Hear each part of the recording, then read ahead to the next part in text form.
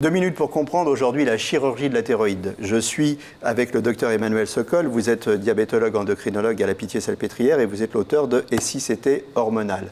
La chirurgie de la thyroïde, d'abord, dans quel cas on opère la thyroïde? Alors dans 3 cas. Le premier cas, c'est quand la thyroïde fonctionne trop et que malgré des médicaments, on n'arrive pas à la contrôler. Le deuxième cas, c'est quand on a des boules, des nodules qui sont très gros et qui sont gênants parce qu'ils sont douloureux ou parce qu'ils gênent à la déglutition ou pour respirer. Quand vous dites gros, c'est visible, c'est quasiment des goitres, c'est Voilà, ça? souvent ce sont des boules, donc des nodules qui mesurent plus de 3 à 4 cm.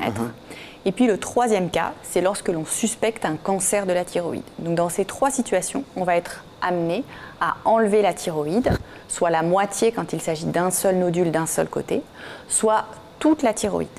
On vit bien sans thyroïde? On vit tout à fait bien sans thyroïde.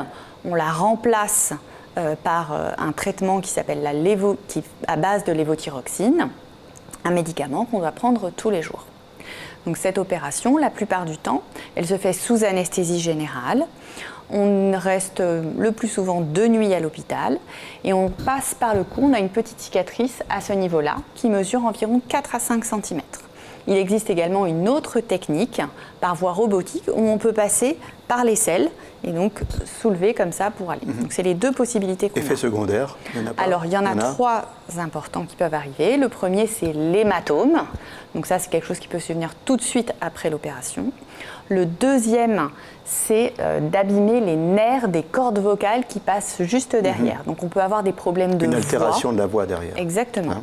C'est assez rare, mais ce n'est pas, même avec les meilleurs chirurgiens, on sait que c'est une complication qui peut arriver. C'est à peu près 5 à 6% des patients.